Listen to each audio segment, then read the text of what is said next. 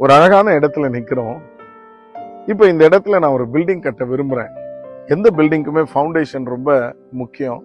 ஃபவுண்டேஷன்ன்றது பூமிக்கு அடியில வர்றது. இந்த ஃபவுண்டேஷன் போடுறதுக்கு பூமியை தோண்டணும்.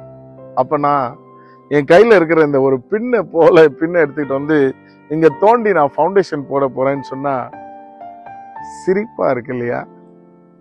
இன்னும் வேற ஒருத்தர் என்ன சொல்லலாம், ஐயோ இது யூஸ் பண்ணக்கூடாதுங்க, கடப்பாறையை கொண்டு வந்து கடப்பாறை யூஸ் பண்ணி தோண்டி நம்ம ஃபவுண்டேஷன் போடணும்.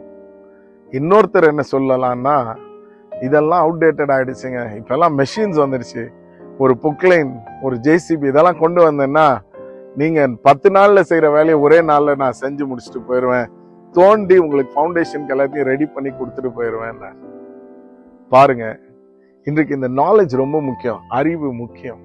எதற்கு எதை பயன்படுத்த வேண்டும்.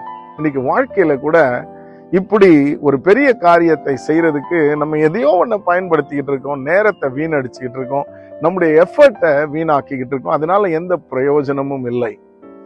we need knowledge. நிறைய பேர் என்ன நினைக்கிறாங்கன்னா, வாழ்க்கையில பணம் இருந்தா எல்லாத்தையும் சாதிச்சிருவேன். இல்ல, பணத்தை விட முக்கியம் ஞானம், பணத்தை விட முக்கியம் ஞானம், அறிவு.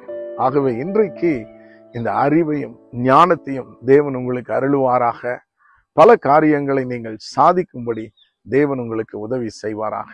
தகப்பனே, இதை பார்க்கிற ஒவ்வொருவருடைய வாழ்விலும் உம்முடைய ஞானம் வெளிப்படட்டும், உம்முடைய அறிவு வெளிப்படட்டும், இவர்களை உயர்த்தும், பெரிய காரியங்களை செய்யும். மீட்பர் இயேசுவின் நாமத்தில் பிதாவே, ஆமென். God bless you.